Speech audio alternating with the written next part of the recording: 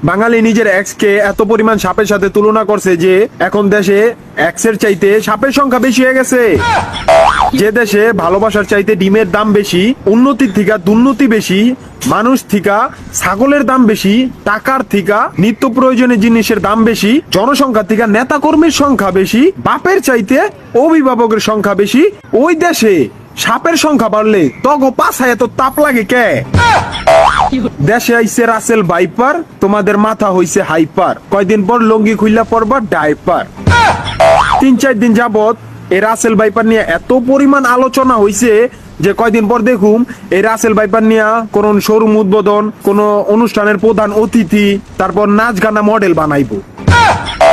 মালে আসেন, নিজেদের মঙ্গলের জন্য জঙ্গলের গাছপালা কাইটা রেস্টুরেন্ট বানাইবো, রিসোর্ট বানাইবো, আলিশান গেট আউট বানাইবো, আলিশান গেস্ট হাউস বানাইবো। তাইলে সাপ থাকবো কই? তোদের নানি খালি ঘরে? হ্যাঁ, আমাদের ভাগ্য ভালো যে শুধু রাসেল ভাইপার আইছে, বাঘ, ভাল্লুক, কুমির, হাতি, শিয়াল বা বান্দর আসে নাই।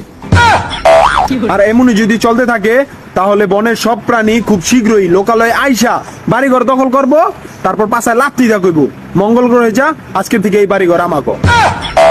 ফেসবুকে ঢুকতেই পারি না, আবাল ছাপড়ি পোলা পায় না এইসব নিয়ে ট্রোল করতেছি যে মনে হয় সাপ না কোনো লিঙ্ক ভাইরাল হইছে। যাই হোক, সচেতন থাকুন, নিরাপদ থাকুন, এইসব নিয়ে ট্রোল করবেন না, আতঙ্ক ছড়াবেন না। আর সবাই সিলেটবাসীদের জন্য দোয়া করবেন, আল্লাহ যেন তাদেরকে এই বন্যার ক্ষয়ক্ষতি থেকে জানমালের হেফাজত করুক। আমিন। আল্লাহ হাফেজ।